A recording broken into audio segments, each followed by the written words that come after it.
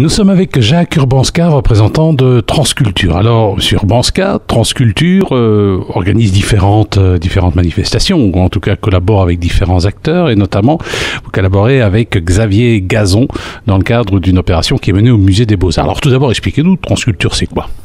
Et vous êtes situé où? Alors Transculture, c'est un centre des cultures numériques et sonores qui est installé depuis près de 2 ans au Vecteur à Charleroi. Nous organisons le festival City Sonic, qui était anciennement à Mons et maintenant à Charleroi. Ça va être la 2e année cette année, en fin 2018. Et nous organisons aussi un autre festival qui s'appelle les Transnumériques, qui pour le moment est à Louvain-la-Neuve, qui prend à peu près tout Louvain-la-Neuve, avec surtout une expo principale au musée L.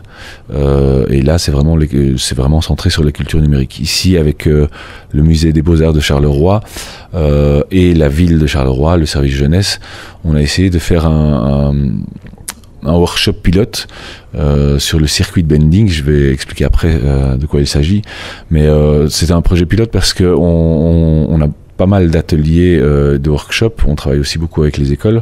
On s'est dit que ce serait bien pour des workshops qui sont un peu orphelins, c'est-à-dire où il n'y a qu'une seule série de workshops, et puis après on recommence la même chose ailleurs, etc., avec différents artistes.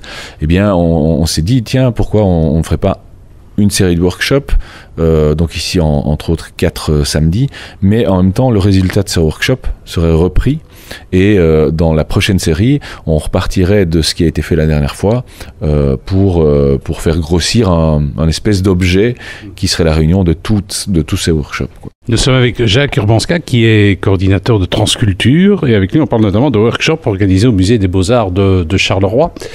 Il y en aura encore un le 28 avril, il y a encore 3 dates prévues. Alors ces workshops, tout d'abord, qu'est-ce qu'on entend par les arts numériques, les arts sonores, c'est quoi exactement? Pour un homme de radio, c'est intéressant à savoir. Alors les arts dits numériques, qui est un terme, avec beaucoup de monde n'est pas d'accord sur ce terme, certains artistes ne l'emploient pas du tout. En tout cas, nos politiques l'emploient. Il faut bien pouvoir subventionner certaines formes d'art, certains champs artistiques, et donc par le terme art numérique, on entend un champ qui comprend art, science, recherche, nouvelles technologies, innovation, et donc c'est art plus ces champs-là qui se croisent, c'est les croisements qui résultent de ces champs.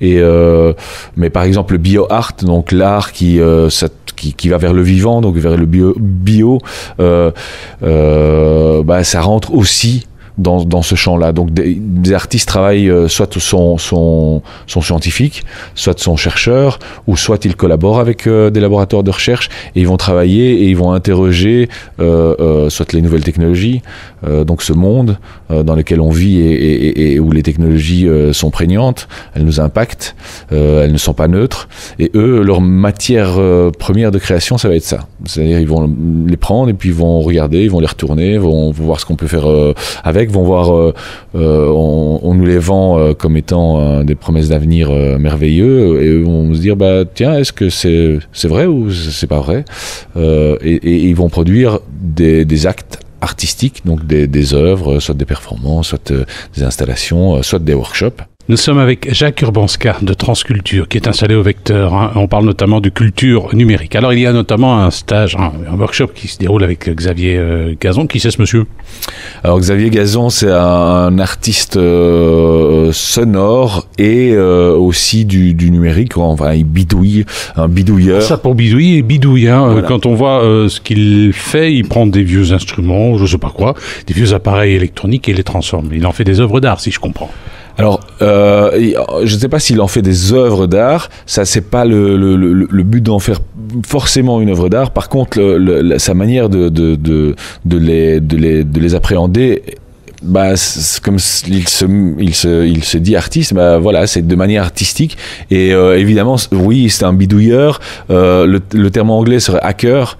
Donc le hack avec un H, CK, le hack, ça consiste à prendre un objet et puis à à se dire tiens, il sert à mixer de la soupe et tiens, si je le retourne et que je le trafique, est-ce que je pourrais pas en faire un instrument de musique? Oui, les hackers, c'est aussi autre chose, hein. C'est Internet et on détourne certaines données. Quand on dit hacker, c'est ça, hein? Non, en fait, non. En fait, hacker, si on regarde différents dictionnaires, le terme le plus proche pour le traduire, c'est bidouilleur. Donc, hacker, c'est détourner l'usage initial de quelque chose. Alors, évidemment, on rapproche le hacker du pirate. Donc, bon, oui, ça arrange beaucoup de gens, hein, que ça soit plutôt des pirates, des méchants, voilà. Ce qui n'est pas le cas ici, hein. Ce qui n'est pas le cas ici, mais ce qui est pas le cas en général. Je veux dire, l'homme a toujours dû transformer son environnement. Il a toujours été un homo faber. Alors on l'a transformé en homo consumérisme. Mais voilà, c'est pas forcément, c'était pas comme ça qu'il était. Donc on était loin du faire, quoi. Et puis ici, avec les makers, avec tout le courant do it yourself, fais-le toi-même, ben on revient au faire, on se réapproprie les outils de travail. Et c'est vrai que les grandes entreprises, ben, ils aiment pas trop quand on répare leurs objets cassés, quoi. Nous sommes avec Jacques Urbanska de Interculture et avec lui on parle notamment d'un workshop qui se déroule au musée des Beaux-Arts avec Xavier Gazon qui est un hacker dans le bon sens du terme, c'est-à-dire qu'il détourne des objets électroniques ou autres et il en fait, je sais pas si c'est des œuvres d'art, mais alors est-ce que c'est une forme d'art que l'on retrouverait dans des musées ou plutôt dans la rue? Bah après, c'est pas quelque part du street art parce que c'est du sonore, c'est du numérique.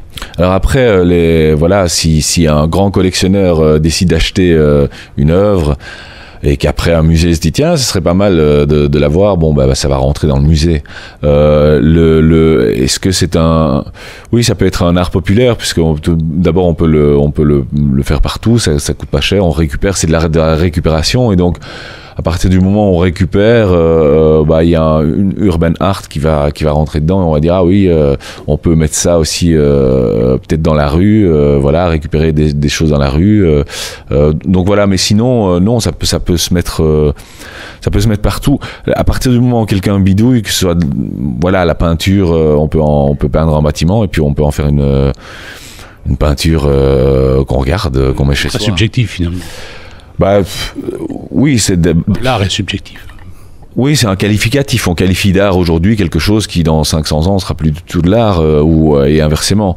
Ici, le but c'est pas forcément de produire un objet, c'est vraiment voilà la démarche et ce qu'on va y faire et le chemin est beaucoup plus important que la production.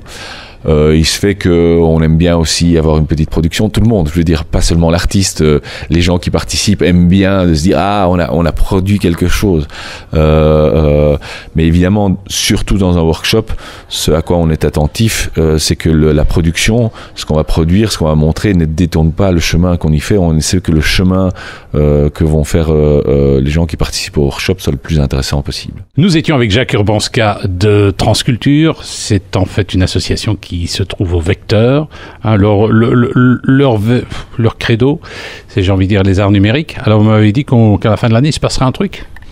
Oui, alors Transculture a initié City Sonic, qui est un des seuls festivals d'art sonore qui est vraiment centré sur la création sonore, donc le son pris comme matière et pas c'était un John Cage, un grand monsieur des arts sonores et musicien aussi, qui disait le problème avec le son c'est la musique, c'est-à-dire que dès qu'on essaie de faire du son et qu'on essaie de travailler le son, à un moment hop, on produit de la musique et la musique est un art qui nous intéresse très fortement, mais là dans le cadre de ce festival c'est vraiment le son qui nous intéresse, donc le son par exemple peut produire des vibrations, certaines qui sont presque pas audibles et pourtant on travaille le son, il y a du son et pourtant c'est le silence qu'on va écouter et les vibrations qu'on va sentir. Ben c'est des artistes qui vont travailler le son comme ça, qui vont proposer des objets sonores ou des parcours sonores, des installations, des sensations avec le son qui vont nous intéresser et donc on va essayer aussi d'explorer la ville, c'est-à-dire les différents partenaires ici à Charleroi qu'on peut trouver et qui vont accueillir le festival et donc ça va créer un parcours dans la ville où les gens peuvent se balader et en même temps découvrir des lieux.